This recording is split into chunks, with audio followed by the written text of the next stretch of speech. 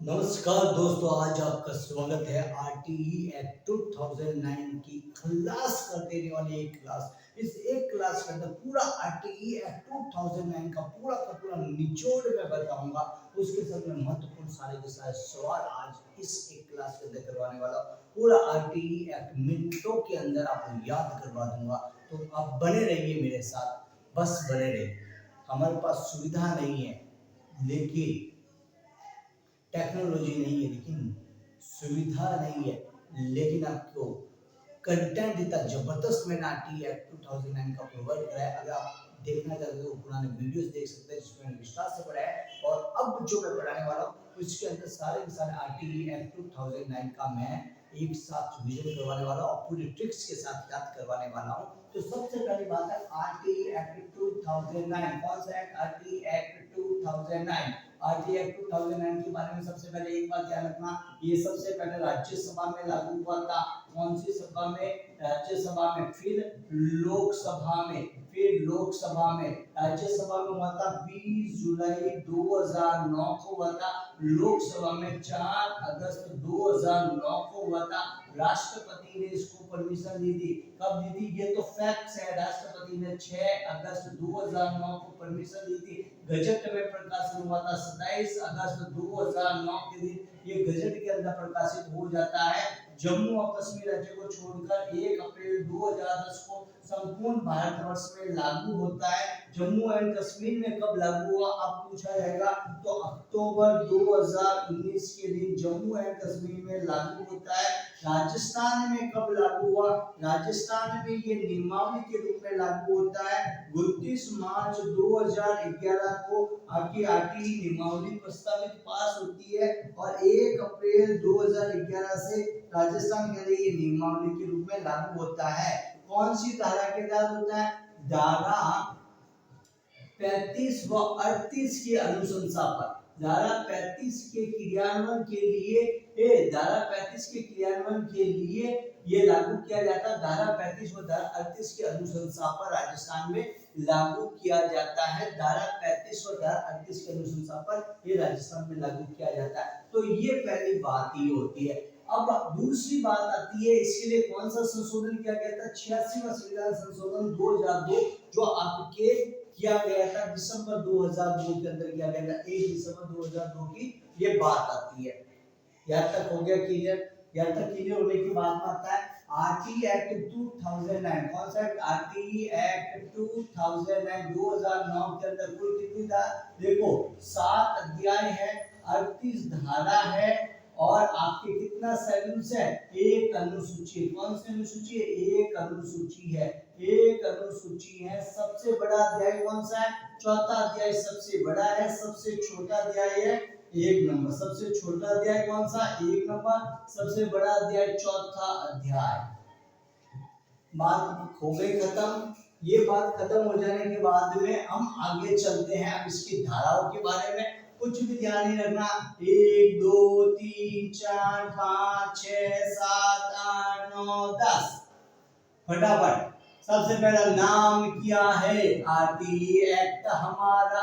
RTE act हमारा पूरा नाम क्या? Right to compulsory education act 2009। निःशुल्क व अनिवार्य बाल शिक्षा अधिकार अधिनियम 2009। 2009। दूसरी बात है घर का पता दो। परिभाषा ये किसकी बात करता है? पहली बात तो ये शिक्षा की बात करता है। कौन सी कक्षा? 1 से 8 तक की शिक्षा की बात करता है।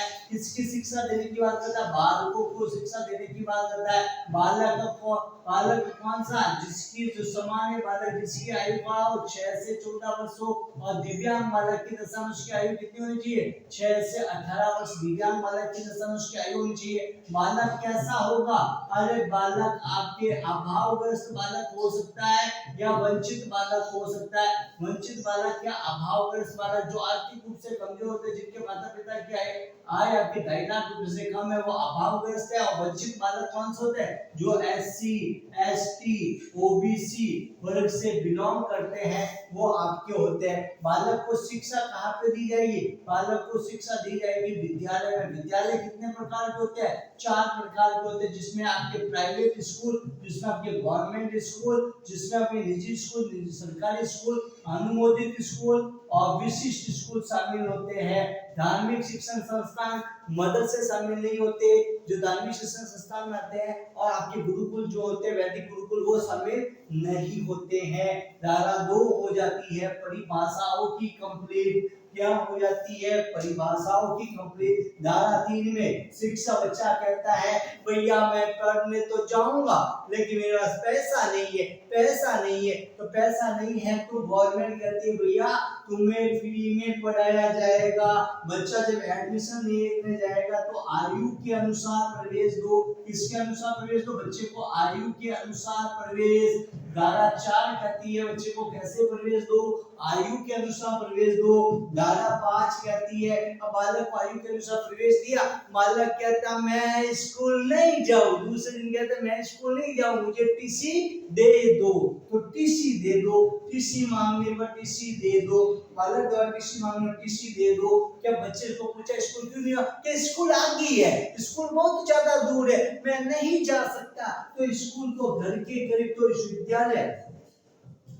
विद्यालय बनाने की जिम्मेदारी, विद्यालय बनाने की जिम्मेदारी किसकी? बालक को शिक्षा देने की जिम्मेदारी होती है समुचित सरकार व स्थानीय सरकार की। किसकी? समुचित सरकार व स्थानीय सरकार की। तो समुचित सरकार व स्थानीय सरकार क्या करेगी? 1 से 5 तक का विद्यालय 1 किलोमीटर के दायरे में, और 6 से 8 तक का विद्यालय आपके 2-3 किलोमीटर के दायरे में। राजस्थान में ये कितने किलोमीटर के दायरे में? 2 किलोमीटर के दायरे में राजस्थान के अंदर ये है। राजस्थान में कितना? 1 से 5 तक का विद्यालय 1 किलोमीटर के दायरे में होना चाहिए, जबकि कक्षा 6 से 8 तक का विद्यालय 3 किलोमीटर के दायरे में होगा। और राजस्थान में ये आपके 2 किलोमीटर के दायरे में बनाए जा रहे हैं। और ये विद्यालय बनाने की जिम्मेदारी किसकी? समुचित सरकार और स्थानीय सरकार की है। समुचित सरकार का होता केंद्र सरकार प्लस राज्य सरकार। समुचित सरकार का होता केंद्र सरकार प्लस राज्य सरकार। अभी थोड़ी स्पीड तेज चलेगी, लेकिन अगर आपको आराम से देखना है तो हमारी पिछली क्लासों की वीडियो देख के फिर इसको देखे तो पूरा का पूरा रिवीजन आपका आराम से हो जाएगा। तो मैंने कहा नाम क्या है? आरटीई एक्ट हमारा। घर का पता दो तो परिभाषा दे दो। बच्चा कहता मैं स्कूल नहीं जाऊं, मेरे पास पैसे नहीं है, मुझे फ्री में पढ़ाओ, तो फ्री में पढ़ाने की व्यवस्था सरकार करती है। सरकार ने कहा कि बेटा फ्री में पढ़ाएंगे। जैसे स्कूल में एडमिशन लेने जाता आयु के अनुसार प्रवेश दो। बच्चा कहता है स्कूल बहुत दूर है, मेरे को मेरी टीसी दे दो, तो बच्चे को टीसी दे दो। धारा 5 में टीसी दी जाती है। धारा 6 में बच्चा कहता है स्कूल नहीं जा रहा है, टीसी क्यों ले रहा है? कि भैया स्कूल दूर है, तो उसके घर के पास में बनाने विद्यालय की व्यवस्था करने की जिम्मेदारी किसकी है? समुचित सरकार स्थानीय सरकार की है। 1 से 5 तक का विद्यालय आप 1 किलोमीटर के दायरे में, 6 से 8 तक का विद्यालय 3 किलोमीटर के दायरे में बनाएगी समुचित सरकार। तो धारा 6 तक आपकी ये बात आ जाती है। अब आ जाता है विद्यालय बनाने के लिए क्या लगेगा? पैसा लगेगा। तो वित्तीय अनुपात, वित्तीय अनुपात कितना है? 60:40। केंद्र और राज्य के बीच में कितना है? 60:40 वित्तीय अनुपात है, जो आपके कौन सा अनुशंसा अनुपात के नाम से जाना जाता है। प्रस्तावित अनुपात कितना है? अरे प्रस्तावित अनुपात है आपके अनिल भारद्वाज समिति ने अनुपात कितना है? प्रस्तावित अनिल भारद्वाज समिति 68:32 प्रस्तावित अनुपात है। और पूर्वोत्तर राज्यों के अंदर ये अनुपात क्या है? पूर्वोत्तर राज्यों के लिए ये 90:10 है। कितना है? 90:10 है। फिर 8, 9, 10 8 के अंदर आता है स्थानीय सरकार के नहीं, समुचित सरकार के कर्तव्य। समुचित सरकार का कर्तव्य है कि वो विद्यालय की व्यवस्था करे, विद्यालय में अध्यापकों की व्यवस्था करे, और स्थानीय सरकार का कर्तव्य है कि विद्यालय की देखरेख करे, विद्यालय का पर्यवेक्षण करे और उचित समुचित प्राधिकृत अधिकारियों की नियुक्ति करे, और ताकि केंद्र सरकार और राज्य सरकार के द्वारा बनाई गई योजना को विद्यालय स्तर तक लाया जा सके और उसे लागू किया जा सके। और धारा 10 में आता माता पिता का कर्तव्य है कि बच्चा अब कहता है कि मैं स्कूल नहीं जाऊं, कंधे ऊंचे करता है तो लपट मार के उसको स्कूल भेजे। मतलब माता पिता का ये कर्तव्य है बालक को निःशुल्क व अनिवार्य शिक्षा प्रदान करने के लिए बालक को विद्यालय तक भेजे, बालक को पढ़ने के लिए कहां तक भेजे? विद्यालय तक भेजे। तो धारा 10 तक ये सारी बातें एक साथ आ जाती है। तो सिंपल सिंपल सी बात है कि पहले के नाम क्या है, आरटीई एक्ट हमारा, मेरे साथ बोलो आरटीई एक्ट हमारा, घर का पता दो, परिभाषा दे दो। फिर बच्चा कहता है मेरे पास पैसा नहीं तो फ्री में पढ़ो, आयु के अनुसार प्रवेश, एडमिशन लेने गया तो आयु के अनुसार प्रवेश, बच्चा कहता विद्यालय दूर है मुझे में टीसी दे दो, धारा 5 में टीसी, विद्यालय दूर है तो विद्यालय की व्यवस्था करने की जिम्मेदारी समुचित सरकार की, समुचित सरकार विद्यालय बनाएगी। 1 से 5 तक का 1 किलोमीटर के दायरे में और 6 से 8 तक का 3 किलोमीटर के दायरे में बनाने का काम समुचित सरकार करती है। विद्यालय बनाने के लिए क्या चाहिए, पैसा, पैसा कैसे में आएगा, वित्तीय अनुपात में आएगा, और वित्तीय अनुपात धारा 7 में आता है, 60:40 वित्तीय अनुपात है, 60:40 आपके वित्तीय अनुपात में आता है। अनुशंसा अनुपात अगर कोई पूछे इसका तो 68:32, 68:32 आता है, 68:32 इसके अंदर आता है। धारा 8 कहती है समुचित सरकार के कर्तव्य, धारा 9 कहती है स्थानीय सरकार के कर्तव्य, धारा 10 कहती है, अरे धारा 10 क्या कहती है भैया, धारा 10 आपसे ये कहती है कि माता पिता का कर्तव्य है कि बालक को वो विद्यालय में पढ़ने के लिए भेजे। क्या करे, बालक को पढ़ने के लिए विद्यालय में भेजे। बालक बड़ा खतरनाक प्राणी है। 11, 12, 13, 14, 15, 16, 17, 18, 19 और 20 क्या जाता है, 11, 12, 13, 14, 15, 16, 17, 18, 19, ये 9, ये 10, 19 और 20 आ जाती है। अब ये वाली जो धाराएं है, अब ये वाली जो धाराएं हम पढ़ेंगे, आपके कौन सा अध्याय तक पढ़ेंगे, हम 20वें तक हम पढ़ने वाले हैं। तो 11 नंबर पे कहता है आंगनवाड़ी, बालक कहता है अभी मैं छोटा हूँ, मैं छोटा सा नन्हा सा मुन्ना सा बच्चा हूँ। बालक कहता है कि स्कूल में बच्चे को कहा कि भैया प्रदेश ले ले, लेकिन बालक कहता है मैं तो छोटा सा नन्हा सा मुन्ना सा बच्चा हूँ। आप क्या तो 6 से 14 वर्ष के बालक को पढ़ाओगे, मैं तो 3 साल का हूँ। तो गवर्नमेंट ने कहा 3 साल के बच्चों के लिए, 3 से 6 वर्ष के बच्चों के लिए, कितने, 3 से 6 वर्ष तक के बच्चों के लिए, 3 से 6 वर्ष के बच्चों को लिए आपके पूर्व प्राथमिक विद्यालय की व्यवस्था आंगनवाड़ी के माध्यम से की जाएगी। आंगनवाड़ी के माध्यम से 6 से 14 वर्ष के, 3 से 6 वर्ष के बालकों के लिए पूर्व प्राथमिक विद्यालय की व्यवस्था की जाएगी। धारा 12 कहता है कि निजी विद्यालय में बीपीएल परिवार के बच्चों के लिए 25% सीटें आरक्षित रखी जाएगी। धारा 13 ये कहती है एडमिशन फीस नहीं ली जाएगी, एडमिशन फीस नहीं ली जाएगी, अरे एडमिशन फीस नहीं लेना। 14 कहता है डॉक्यूमेंट के बिना भी प्रवेश देना। 15 कहता है प्रवेश तिथि का विस्तारण, अरे प्रवेश तिथि का विस्तारण कितने समय तक किया जा सकता है, 6 माह तक किया जा सकता है। प्रवेश तिथि का विस्तारण कितने माह तक किया जा सकता है, 6 माह तक किया जा सकता है। प्रवेश तिथि का विस्तारण कितने माह तक किया जा सकता है, 6 माह तक किया जा सकता है। धारा 16 कहती है फेल नहीं करना, क्या नहीं करना, धारा 16 कहती है कक्षा 1 से लेकर 8 तक बालक को फेल नहीं किया जाएगा। लेकिन 2019 में, जनवरी 2019 में यह संशोधन, जनवरी 2019 में केंद्र सरकार ने अधिसूचना जारी करके राज्य सरकार को अधिकार दिया है।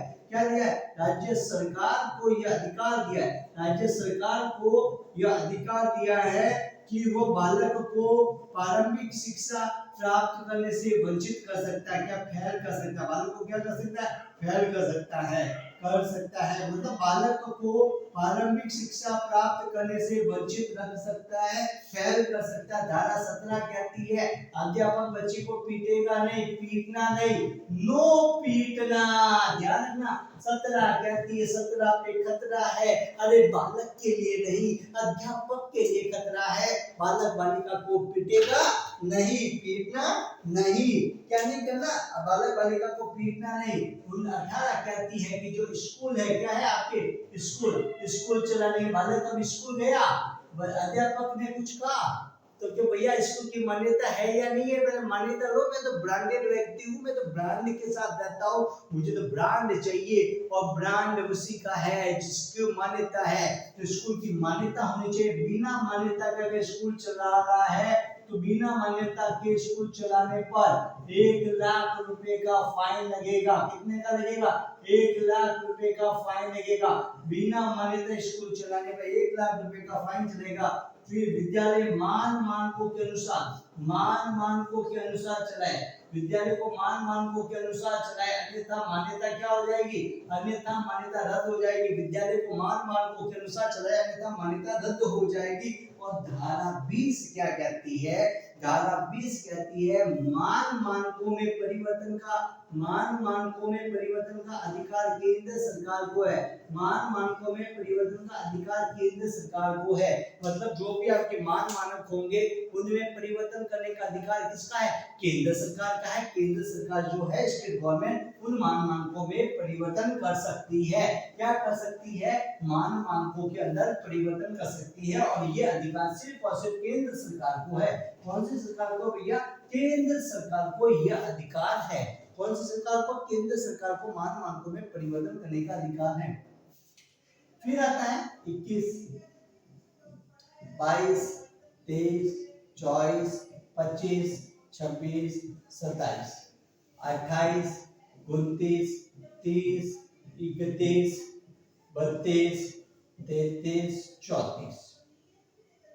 तो धारा 21 में क्या कहता है? एसएमसी का गठन।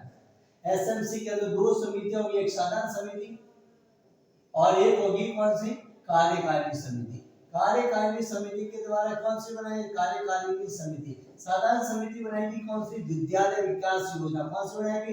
एसएमसी की साधारण समिति क्या बनाएगी? विद्यालय विकास योजना। विद्यालय विकास योजना। एसएमसी की साधारण समिति कौन सी बनाएगी? योजना बनाएगी? विद्यालय विकास योजना बनाएगी। कौन सी योजना बनाएगी? विद्यालय विकास योजना बनाएगी। धारा 23 कहती है शिक्षकों की योग्यता। कौन सी कहती है? शिक्षकों की योग्यता। शिक्षकों की योग्यता आपके आरटीई संशोधन अधिनियम 2017 के तहत 31 मार्च 2015 से पूर्व जितने भी शिक्षक लगे हैं उन सभी शिक्षकों को 2015 से 4 वर्ष के भीतर न्यूनतम अर्हता अर्थात न्यूनतम योग्यता को हासिल करना आवश्यक होगा, अन्यथा फिर आगे से अध्यापन कार्य करवा नहीं पाएंगे विद्यालयों के अंदर।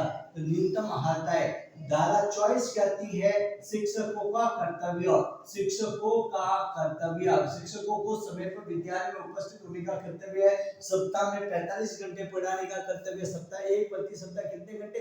45 घंटे का शिक्षण कार्य करवाएंगे, जिसमें तैयारी के घंटे भी शामिल है। एक शब्द ध्यान रखना, तैयारी के घंटे 45 घंटों के अंदर शामिल है। कौन से घंटे? तैयारी के घंटे। कौन से घंटे भैया? तैयारी के घंटे 45 घंटों के टाइम पीरियड के अंदर शामिल किया गया है। फिर आता है छात्र शिक्षक अनुपात। कौन सा अनुपात? छात्र शिक्षक अनुपात। अरे भैया छात्र शिक्षक अनुपात में सिंपल सी बात आती है। छात्र शिक्षक अनुपात के अंदर आपको देखना है छात्र और शिक्षक के बीच में कक्षा 1 से 5 तक। कौन सी कक्षा? कक्षा 1 से 5 तक 30 छात्रों पर एक अध्यापक होगा। 30 छात्रों पर एक अध्यापक होगा। 150 प्लस छात्र होने पर एक एचएम का पद होगा। और आपके 200 प्लस छात्र, 200 से अधिक छात्र होने पर 200 से अधिक छात्र होने पर 200 से अधिक छात्र होने पर 40:1 होगा। कक्षा 6 से 8 के विद्यालय में 35 बच्चों पर एक शिक्षक होगा और 100 छात्रों पर, कौन से छात्रों पर? 100 छात्रों पर एचएम का पद होगा। कौन सा पद होगा? एचएम का पद। बात खत्म। छात्र शिक्षक अनुपात। छात्र शिक्षक अनुपात आ गया। छात्र शिक्षक अनुपात के साथ ही आपको धारा 25 में छात्र शिक्षक अनुपात के साथ ही ध्यान रखना है कक्षा 1 से 5 तक का विद्यालय होता है और एक विद्यालय होता है 6 से 8 तक का होता है। आरटी एक्ट 2009 में जो मानक है वो भी बता देता हूँ। कक्षा 1 से 5, 6 से 8। यहाँ पे पूरे वर्ष में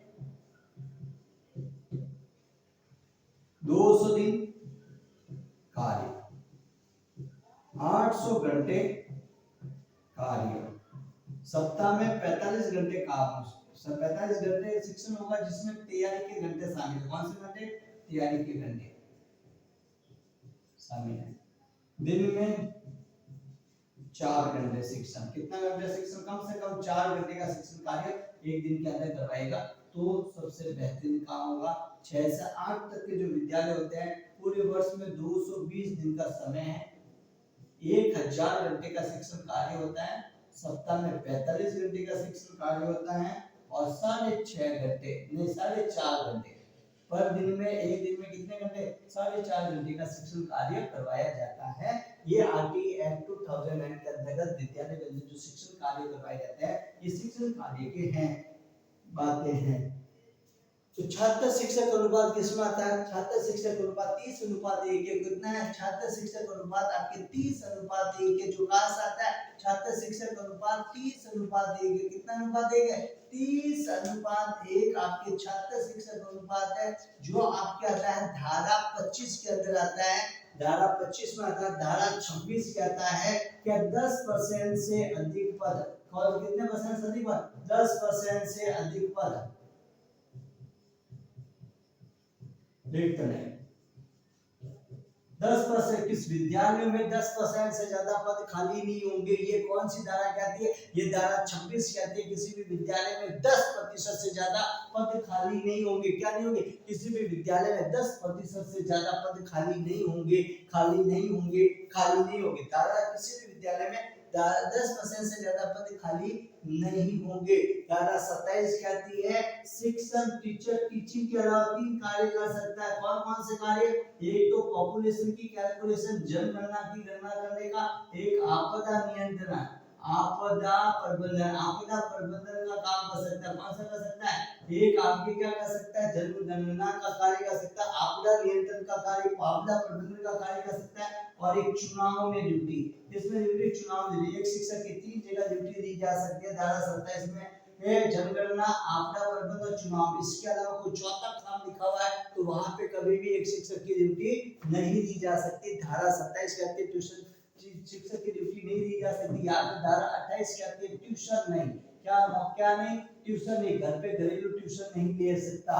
तो 21 कहती है एसएमसी, 22 कहती है एसएमसी की साधारण समिति विद्यालय विकास योजना का निर्माण करेगी। धारा 22 के तहत। धारा 23 में कहते हैं शिक्षक की क्वालिफिकेशन कौन सी होगी? धारा जो देखो ये जो है ये है शिक्षक के कर्तव्य, विद्यालय और शिक्षकों के कर्तव्य से संबंधित है। यह अध्याय धारा जो अध्याय नंबर 4 है विद्यालय और शिक्षकों के कर्तव्य से संबंधित है तो उसके बारे में सूचना देगी। तो एसएमसी विद्यालय के संचालन के लिए एसएमसी की साधन संबंधी क्या बनाएगी? विद्यालय विकास योजना बनाएगी। शिक्षक की बात आती है तो टीचर में क्वालिफिकेशन क्या है, टीचर का कर्तव्य क्या है और कितने बच्चों पे कितना टीचर होंगे, कितने बच्चों पे कितने शिक्षक होंगे। अब स्कूल के अंदर बच्चा आने लग गया, पढ़ने लग गया तो अब बात क्या होगी कि स्कूल के अंदर जो टीचर है टीचर में क्वालिफिकेशन क्या है, टीचर के अंदर क्वालिफिकेशन क्या है, टीचर जब स्कूल के अंदर पढ़ाने आता है तो कितने बच्चों पे कितने टीचर होंगे? 30 बच्चों पे एक टीचर होगा। ये धारा 25 कहती है छात्र शिक्षक अनुपात कौन कहते हैं? धारा 25 कहती है। धारा 26 कहती है किसी भी विद्यालय के अंदर 10% से ज्यादा पद रिक्त नहीं होंगे। कितने नहीं होंगे? 10% से ज्यादा पद रिक्त नहीं होंगे। अगर रिक्त है तो उससे सरकार द्वारा भरे जाएंगे।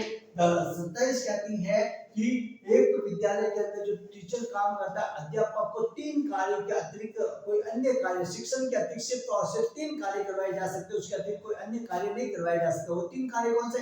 जनगणना का कार्य कराना, आपदा प्रबंधन का कार्य कराना, चुनाव में ड्यूटी देना। ये 3 कार्य के अलावा नहीं कराया जा सकता। और 28 नंबर पे कहता है कि ट्यूशन नहीं पढ़ा सकता। घर पे क्या नहीं पढ़ा सकता? घर पे ट्यूशन नहीं पढ़ा सकता। क्या नहीं पढ़ा सकता? ट्यूशन नहीं पढ़ा सकता। 28 ये कहता है घर पे ट्यूशन नहीं पढ़ा सकता। और धारा 29 क्या कहती है? धारा 29 कहती है आपको पढ़ाने जाएगा क्लास में तो सिलेबस। धारा 29 कहते हैं सिलेबस में चेंज होगा तो समाचार पत्र के माध्यम से सूचना दी जाएगी। किससे के माध्यम से? न्यूज़पेपर के माध्यम से अधिसूचना दी जाएगी। सिलेबस में चेंज होने पर, पाठ्यक्रम में परिवर्तन होने पर, किसी भी प्रकार का परिवर्तन होता है टीचर पढ़ाने गया तो देखेगा सिलेबस, सिलेबस में चेंज हो गया, चेंज की सूचना न्यूज़पेपर के माध्यम से दी जाएगी। किसके माध्यम से दी जाएगी? न्यूज़पेपर के माध्यम से दी जाएगी। बच्चे को फेल नहीं किया जाएगा, हमने पहले कहा था। तो बच्चे को क्या दिया जाएगा? रिजल्ट दिया जाएगा। बच्चे को क्या दिया जाएगा? बच्चे को परिणाम प्रमाण पत्र जारी किया जाएगा। बच्चे को कक्षा, प्रत्येक कक्षा का परिणाम प्रमाण पत्र जारी किया जाएगा। कौन सा प्रमाण पत्र? परिणाम प्रमाण पत्र जारी किया जाएगा। फिर बाल अधिकार संरक्षण आयोग क्या कहता है? बालक कहता है मैं स्कूल तो जा रहा हूँ, मुझे कुछ अधिकार दो। तो बाल अधिकार संरक्षण आयोग बनाया गया बालकों को अधिकार देने के लिए, और जो बालकों को अधिकार दिए हैं उस अधिकार का अगर हनन होता है, बाल अधिकार, उस अधिकार का हनन होने पर उसकी शिकायत किसी भी व्यक्ति के द्वारा बाल अधिकार संरक्षण आयोग में की जाएगी, और उस शिकायत का निवारण कितने माह में? 3 माह में।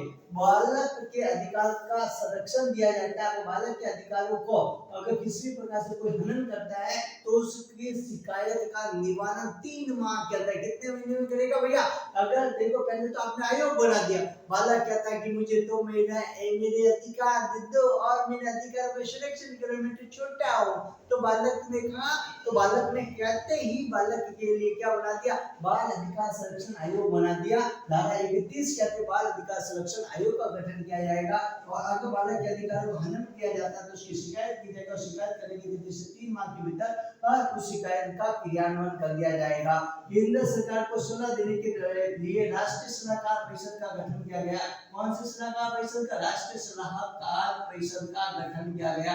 केंद्र सरकार को सलाह देने के लिए राष्ट्रीय सलाहकार परिषद का गठन किया। कितने सदस्य? 15 सदस्य। इसका अध्यक्ष कौन होगा? इसका अध्यक्ष होगा MHRD मंत्रालय का मंत्री, अर्थात मानव संसाधन विकास मंत्रालय, जिसे वर्तमान में शिक्षा मंत्रालय कहा जाता है। शिक्षा मंत्रालय का जो मंत्री होगा वो इसका अध्यक्ष होगा। और राज्य सलाहकार परिषद, कौन सा परिषद? राज्य सलाहकार परिषद। कौन सा परिषद? राज्य सलाहकार परिषद। अरे भैया कौन सा परिषद? राज्य सलाहकार परिषद। राज्य स्तर पर राज्य सरकार को सलाह देने के लिए राज्य सलाहकार परिषद का गठन किया जाएगा। इसमें कुल 15 सदस्य होंगे भैया। कितने सदस्य होंगे? इसमें कुल 15 सदस्य होंगे। 15 में से कुल कितने सदस्य भैया? इसमें कुल 15 सदस्य होंगे, और 15 में से आपके 1/3 मतलब 5 सदस्य तो महिला होनी चाहिए। शिक्षा मंत्री इसका अध्यक्ष होगा। SC ST OBC के 9 सदस्य होने चाहिए। पीछे वाले सदस्य कौन होंगे? शिक्षाविद होंगे। अब जो लास्ट अध्याय की 4 धाराएं हैं वो 35, 36, 37, 38 है। क्या है? 35, 36, 37 और 38। कुछ भी नहीं है। इंपोर्टेंट धाराएं करा दी। सबसे ज्यादा इंपोर्टेंट था आपके अध्याय नंबर 4। अध्याय नंबर 4 में आपके धारा 25 इंपोर्टेंट है, धारा 24 इंपोर्टेंट है, धारा 21 इंपोर्टेंट है, धारा 17 इंपोर्टेंट है, धारा 16 इंपोर्टेंट है, जो आपको बता दी। अब आ जाता है 35, 36, 37 और 38। ठीक है, इनका तो ऐसा कोई विशेष मूल्य नहीं है। आपको 35 और 38 को थोड़ा ध्यान रख लो। 30 देखो, शैक्षणिक योजना का निर्माण करेगा कौन? शैक्षणिक योजना का निर्माण, शैक्षणिक योजना का निर्माण, शैक्षणिक योजना का निर्माण केंद्र द्वारा। किस कौन करेगा? शैक्षणिक योजना का निर्माण केंद्र द्वारा करेगा। शैक्षणिक योजना का निर्माण कौन करता है? शैक्षणिक योजना का निर्माण केंद्र द्वारा किया जाता है। किसके द्वारा किया जाता है? केंद्र द्वारा किया जाता है। केंद्र द्वारा किया जाता है। शैक्षणिक योजना का निर्माण केंद्र द्वारा किया जाता है। और ये तो कहता है कि दंड उचित अधिकारी के दंड उचित अधिकारी द्वारा दिया जाएगा। किसके द्वारा दिया जाएगा? दंड उचित अधिकारी द्वारा दिया जाएगा। ये वैसे इंपॉर्टेंट नहीं है, तो इसको तो ध्यान में नहीं रखोगे तो भी चल जाएगा 36 का। और धारा 37 से दंड उचित अधिकारी के द्वारा दिया जाएगा। धारा 36 आती है, और धारा 37 यही कहती है कि जो उचित अधिकारी दंड दे रहा है, दंडात्मक एसएमसी के द्वारा जो दंडात्मक कार्रवाई की गई है उसके विरुद्ध न्यायालय में वाद नहीं। उसके विरुद्ध का नहीं, न्यायालय में वाद नहीं। उसके विरुद्ध न्यायालय में वाद नहीं। उसके विरुद्ध का पे वाद नहीं, उसके विरुद्ध न्यायालय के अंदर, कोर्ट के अंदर कोई केस नहीं करेंगे। यहाँ पे धारा 38 कहती है कोर्ट केस मत करो बाबू मोसाई, कोर्ट केस मत करो। ये कहता है दंड उचित अधिकारी, दंड देने से पहले उचित अधिकारी की अनुमति दो, लेकिन उसके जो एसएमसी ने जो न्याय किया है उसके खिलाफ कोई कोर्ट केस मत करो। और शैक्षणिक शैक्षणिक योजना का निर्माण कौन करेगी? केंद्र द्वारा शैक्षणिक योजना का निर्माण करेगी और केंद्र द्वारा शैक्षणिक योजना को राज्य द्वारा लागू किया जाएगा। राज्य सरकार द्वारा क्या किया जाएगा? राज्य द्वारा केंद्र द्वारा निर्मित शैक्षणिक योजना का क्रियान्वयन किया जाएगा। क्या किया जाएगा? क्रियान्वयन किया जाएगा। तो धारा 35 की तर्ज पर धारा 38 के तहत आपने राजस्थान में क्या की? आरटी एक्ट 2009 की क्या की? नियमावली जारी की। 1 अप्रैल 2011 से यहाँ पे वो नियमावली के तहत काम होना आरटी एक्ट के तहत शुरू हुआ। ये 38 के 38 जो धाराएं थी वो मैंने आपके सामने सारी की सारी 38 के 38 धाराएं खोल के रख दी है। एक एक बात मैंने इसके संबंध में बता दी है। क्या बता दी? एक एक इसके संबंध में जो भी बातें थी वो सारी की सारी बातें मैंने आपको बता दी है। तो सारी की सारी बातें मैंने आपको 38 की 38 धाराओं की बता दी है और मेरे हिसाब से जितना अच्छा मैंने आपको बताया है उससे ज्यादा आपको कोई याद नहीं करा सकता। वही है, नाम क्या है? आरटी एक्ट, हमारा घर का पता दो, परिभाषा दे दो, फ्री में शिक्षा लेगा, आयु के अनुसार उसको प्रवेश दे दो, बच्चा कहेगा टीसी दे दो, स्कूल आरटी है तो टीसी दे दो, घर के करीब स्कूल बना दो, स्कूल बनाने के लिए पैसा चाहिए, धारा 7 में पैसा आ जाता है। बनाने की जिम्मेदारी समूची सरकार, स्थानीय सरकार, समूची सरकार की कर्तव्य, स्थानीय सरकार की कर्तव्य, भेजने की जिम्मेदारी माता पिता की कर्तव्य। बालक कहता मैं छोटा हूँ तो बालक के लिए बना दो। और 25% धारा 12 कहती है, देखो हाँ सही बात है ना, ये बातें आ जाती है। अब धारा 12 ये कहती है, धारा 13 कहती है, धारा 14 कहती है, 15 कहती है, 16 कहती है, 17 कहती है, 18 कहती है। तो इसमें से मेन इंपोर्टेंट आपको ये ध्यान रखना है, धारा 17 कहती है पीटना नहीं है, धारा 16 कहती है फेल नहीं करना है, धारा 16 और 17 आपकी स्वर्ग की धाराएं कहलाती है। कौन सी धाराएं कहलाती है? स्वर्ग की धाराएं कहलाती है। धारा 15 प्रवेश स्थिति का विस्तारण है, अरे प्रवेश स्थिति का विस्तारण है। धारा 13 कहती है एडमिशन फीस नहीं लेनी है। धारा 21 कहती है एसएमसी की बात कहती है, धारा 21 एसएमसी की बात कहती है। धारा 24 के ऊपर आ जाओ, अध्यापकों के कर्तव्य आ जाते हैं। धारा 23 में उनकी क्वालिफिकेशन आ जाती है। धारा 25 में छात्र शिक्षक अनुपात आ जाता है, छात्र शिक्षक अनुपात। ये धाराएं आपकी इंपॉर्टेंट है जो मैंने आपको बताई है। अब एक एक इससे रिलेटेड कुछ इंपॉर्टेंट क्वेश्चंस होंगे वो हम करने वाले हैं, तो उन क्वेश्चंस के बारे में आपको बता देता हूं। तो सबसे पहला जो आपके सामने प्रश्न है कि आरटीई एक्ट 2009 कब लागू हुआ? पहला सवाल आपके सामने यही है, आरटीई एक्ट 2009 कौन सा? आरटीई एक्ट 2009 कब लागू हुआ? तो मैं आपको आरटीई एक्ट 2009 की पूरी कहानी बता देता। आरटीई एक्ट 2009 राज्यसभा के द्वारा इसका प्रस्ताव रखा गया। क्या किसके द्वारा? राज्यसभा द्वारा। राज्यसभा इसका प्रस्ताव 20 जुलाई 2009 को पास करती है। लोकसभा में ये पास होता कब? 4 अगस्त 2009 को। राष्ट्रपति से स्वीकृति मिलती है कब? 26 अगस्त 2009। भारत में लागू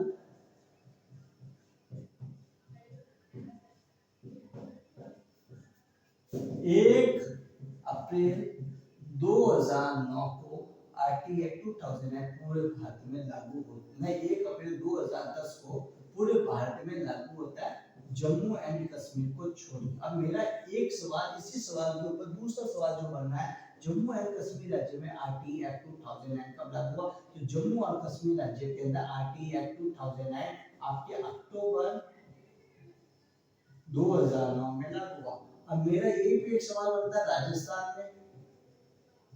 राजस्थान में विधानसभा में 29 मार्च 2011, राजस्थान में कब? 29 मार्च 2011 को। अब 1 अप्रैल 2011 से लागू, राजस्थान में लागू हुआ 1 अप्रैल 2011 से, विधानसभा में पारित 29 2011।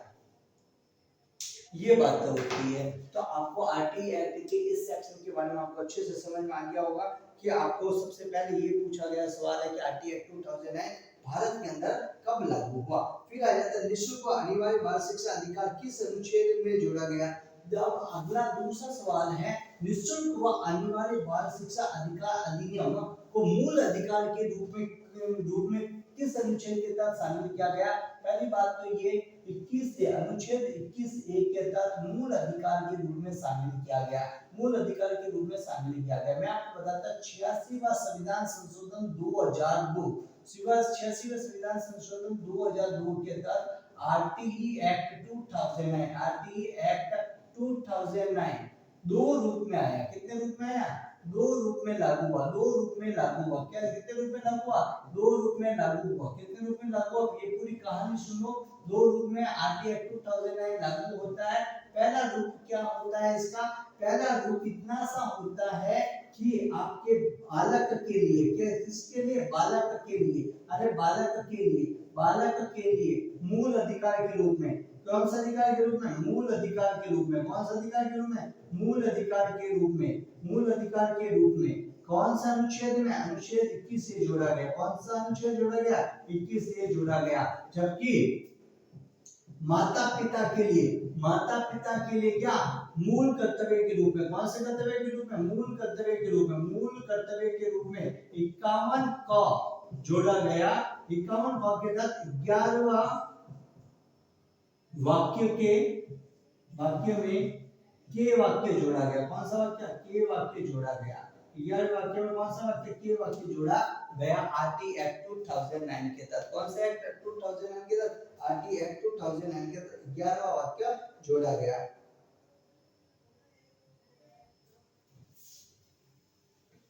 फिर अगला सवाल है आरटीई एक्ट 2009 के अंदर छात्र शिक्षक अनुपात कितना है?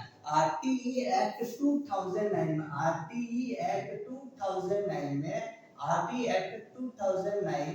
में प्राथमिक कक्षाओं का आरटीई एक्ट 2009 में प्राथमिक कक्षाओं का छात्र शिक्षक अनुपात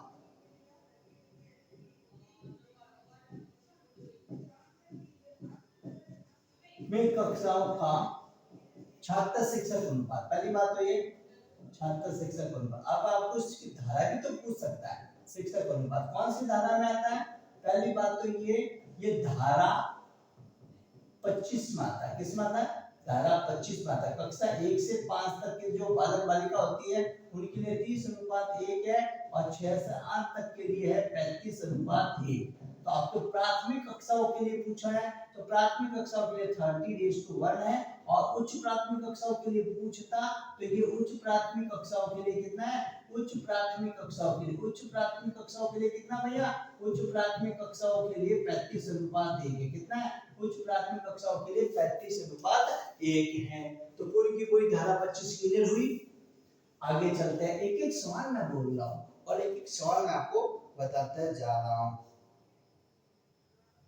आरटीई एक्ट 2009 के तहत शिक्षकों के लिए एक सप्ताह में न्यूनतम कितने घंटे बनाए? आरटीई एक्ट 2009 के तहत एक सप्ताह में एक शिक्षक कितने घंटे अध्यापन का कार्य करवाएगा? तो एक सप्ताह में, देखो पूरी बात ध्यान रखना। आरटीई एक्ट 2009 के तहत कौन सा है? आरटीई एक्ट 2009 में एक तो होती है प्राथमिक कक्षा, एक होती है उच्च प्राथमिक कक्षा। कौन सी कक्षा? उच्च प्राथमिक कक्षा। ये दो टाइप की कक्षा होती है। ये होती है 1 से 5, ये होती है 6 से 8 कक्षा। ठीक है। यहाँ पे जो शिक्षक होगा वर्ष में 200 दिन 800 घंटे, सप्ताह में 45 घंटे। और किसके साथ 45 घंटे? तैयारी के घंटे शामिल।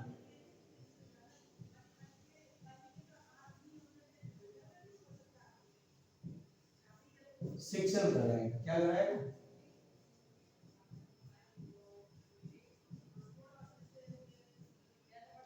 जबकि यहाँ पे कितना है? वर्ष में 220 दिन 1000 घंटे 45 आवर और दिन के 4.5 घंटे। कितने घंटे? 4.5 घंटे शिक्षण का कार्य करवाएगा। अब यहाँ पे जो अगर ये जब ऑप्शन के अंदर जब सवाल आया था तो पहले में लिखा था 45 आवर, दूसरे में लिखा था 45 घंटे शिक्षण के तैयारी के घंटे शामिल, तैयारी के घंटे शामिल, 45 घंटे तैयारी के घंटे अलग। ऑप्शन में आपको 45 घंटे शामिल करना है जिसमें तैयारी के घंटे क्या है? शामिल है, क्योंकि मैंने यहाँ पे एक बात लिखी तैयारी के घंटे शामिल है। कभी भी आपको ऑप्शन ये नहीं लिखना है कि तैयारी के घंटे अलग है। आई बात समझ में? निःशुल्क अनिवार्य बाल शिक्षा अधिकार अधिनियम में आयु वर्ग कौन से आयु वर्ग के बालकों को शिक्षा देने की बात करता है? तो आरटी एक्ट कौन से आयु वर्ग के बालकों को शिक्षा देने की बात करता है? RT act 2009। सामान्य बालक, मामूली सामान्य बालक का प्रश्न आया था। सामान्य बालक जिसकी आयु कितनी है? सामान्य बालक की दशा में 6 से 14 वर्ष। और अब आपको जो सवाल पूछा जाएगा दिव्यांग बालक का पूछा जाएगा। दिव्यांग बालक को शिक्षा देता कहाँ से कहाँ तक आयु के? 6 से 18 वर्ष के बालक बालिका को क्या देता है? शिक्षा देने का काम करता है आरटी एक्ट 2009।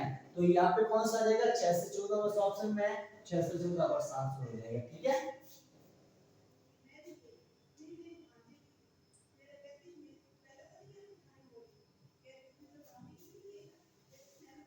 आगे एक सवाल है,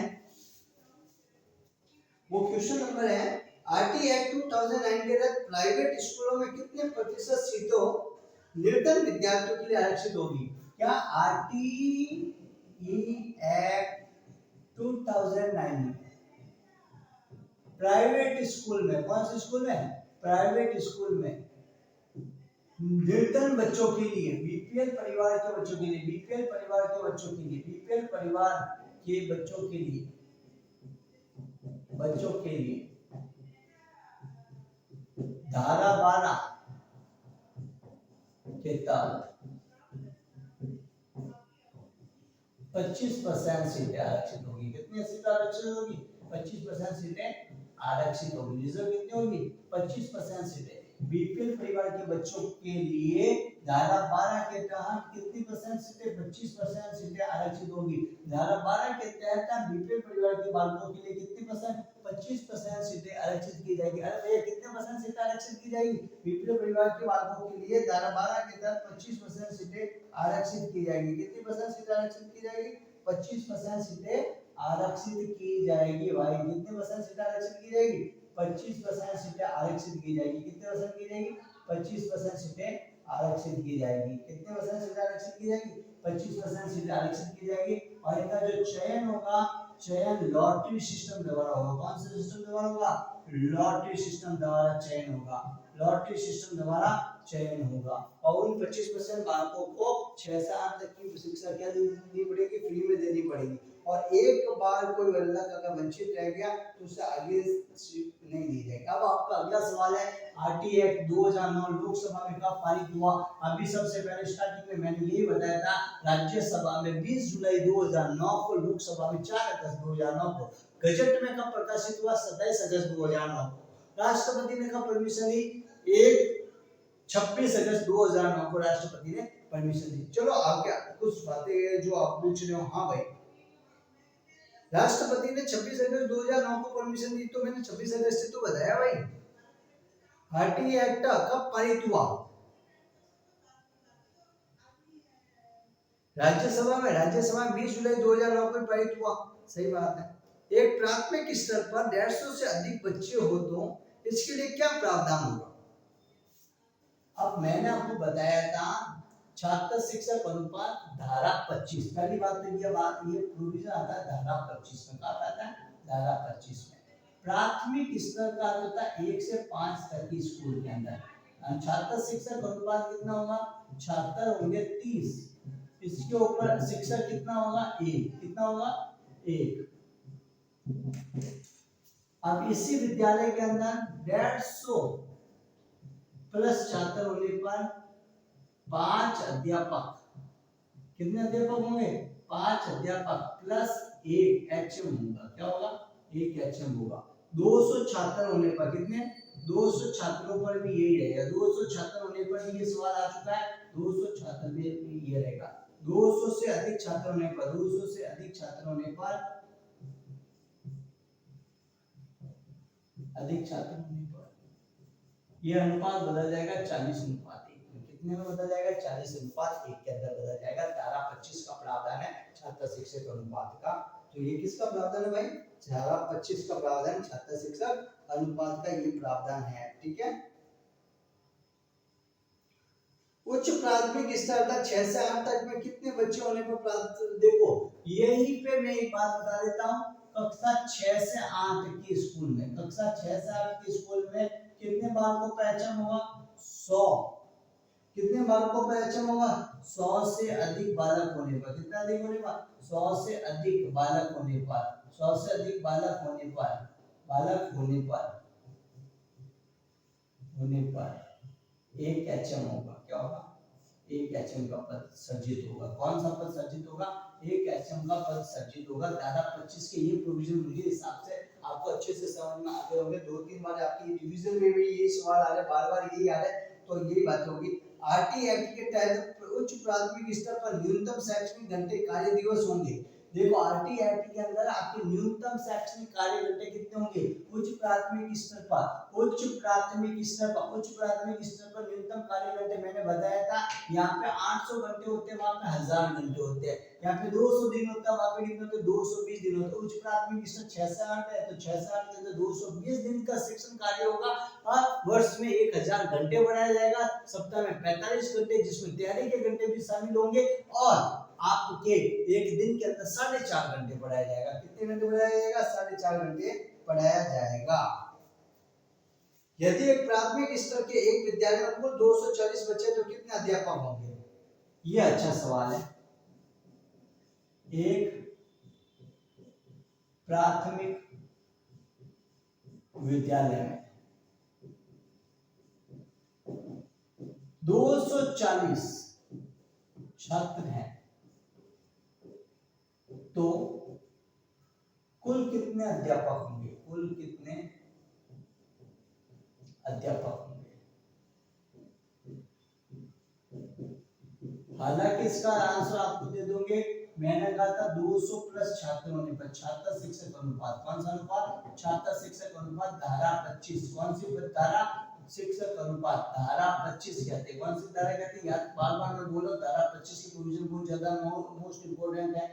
आता ही आता है 40:1 हो जाता है 200 से अधिक छात्र होने पर। क्या होगा? 200 से अधिक छात्र होने पर।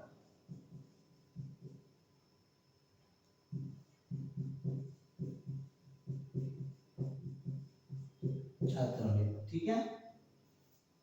और एचएम का पद होता है 150 प्लस होने पर एक एचएम का पद आता है। कौन सा पद आता है? एक एचएम का पद सर्जित होता है। 200 प्लस छात्र, 240 छात्र है, 240 छात्र है, तो पहले 40 छात्रों का आपके कितना बनाया था? एक शिक्षक की नियुक्ति करते हैं। फिर 41 से 80 छात्रों का आप कितने करोगे? 2 की। 81 से 120 पे 3 की। 121 से